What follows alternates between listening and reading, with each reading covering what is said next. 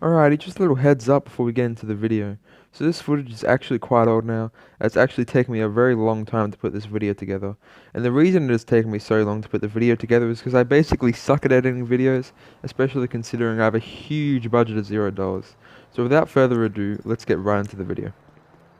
So today's adventure starts in the Diamond Casino parking lot, where me and my friend, Ike and Hoonigan, are very peacefully waiting for our third member, Dr. Phil, to join us, and begin to plan out the heist. We make the choice to enter through the roof after parachuting from a helicopter.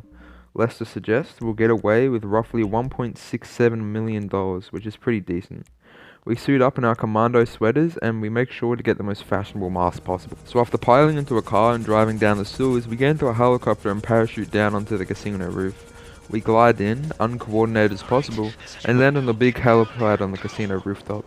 As part of the long and tedious heist preps we completed prior to now, we have a suppressed pistol, stun gun, and a suppressed submachine gun.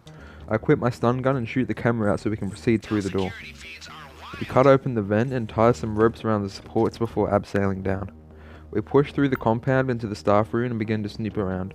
I notice a guard walking past and I ran up to whack him in the face, but like some poorly written comedy, the guard conveniently turns around as I walk up to him and I panic and run away, alerting the whole casino to our presence. So we quick restart and rather than going down the elevator, the boys decide to take the stairs for some reason.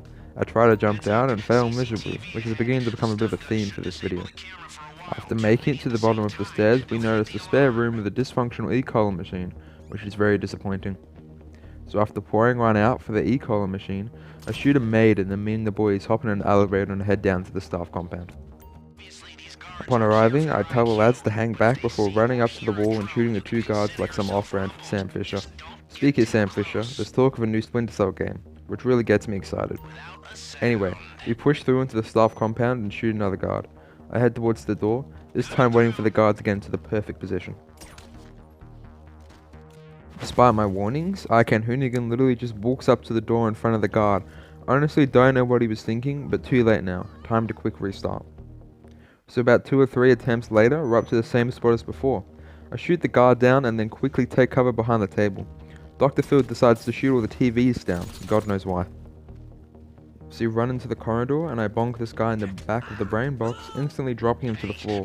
I reload my pistol and then the lads and I make our way downstairs towards the vault. After clearing out another room of armor guards, we head towards the man trap. Me and Ike and Hoonigan swipe our stolen cards and the three of us progress towards the vault. Rather inconveniently, the vault has another door. Looks like they couldn't think of other people when they made this place. Anyway, we drill through past the obstacle and begin to pick up some cash. Our plan is to just let Dr. Phil hack open all the doors while me and Ike and Hoonigan run around and pick up all the cash.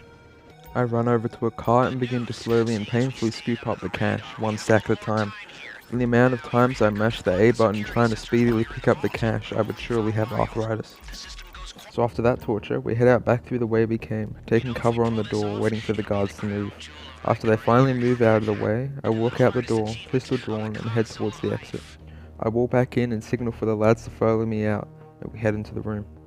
I head over to what I think looks like a little bench and take cover, while Ike and Hoonigan pushes ahead.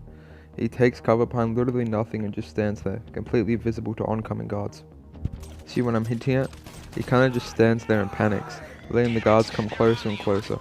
Eventually the guard puts on his spectacles and begins to shoot at Ike and Hoonigan, forcing us to quick. So this is where our story takes a tragic turn for the worse. You see, while trying to quick restart, Dr. Phil wasn't really paying attention and hit continue, and Ike and Hoonigan's controller turned off, and accidentally pressed continue trying to turn his controller back on. So we all pile back into the car, except for Ike and Hoonigan, who runs behind the car trying to get in as I slowly drive in front of him, just fast enough so that he can't get in. I find it quite amusing, finally getting revenge on the person who forced us to fail the heist. But Dr. Phil sees things differently, jumping out of the car, running across the road, and with Ike and Hoonigan and stealing a new car. The audacity of some people. So the lads pile into their own car and we make our way down towards the chopper. I decide to pull a little prank to boost team morale by shooting Dr. Phil's parachute, but he takes it the wrong way and goes plummeting towards the ground. The cheek of some people. Inside the casino we go, whacking people in the back of the head. We had to go through a different way because the guard spawned in a weird spot. I pull out my stun gun and shoot a camera and begin to walk towards the guard, preparing to take him out. However, something unexpected happens as the guard becomes hostile and begins to shoot at the lads, so I walk over and whack him in the head. We honestly wanted to keep playing and finish the heist, and trust me we did, But not tonight. Not for another week. What happened instead was we decided to call it quits and play some golf instead, which was honestly much more fun. If you've got some mates to play golf with, I highly recommend it, as the entire time we were just yelling at each other, trying to throw each other off. Anyway, the video is drawing to a close and I've got a few things I'd like to say. First of all, if you'd like to see the finale of this sort of pilot episode, please let me know by liking and possibly even subscribing, as that would mean the world for me. If you'd like to see more of my content, check out my TikTok, @LieutenantDonkey, where you'll probably find clips too short for YouTube as well as some other dumb stuff. Thanks for watching.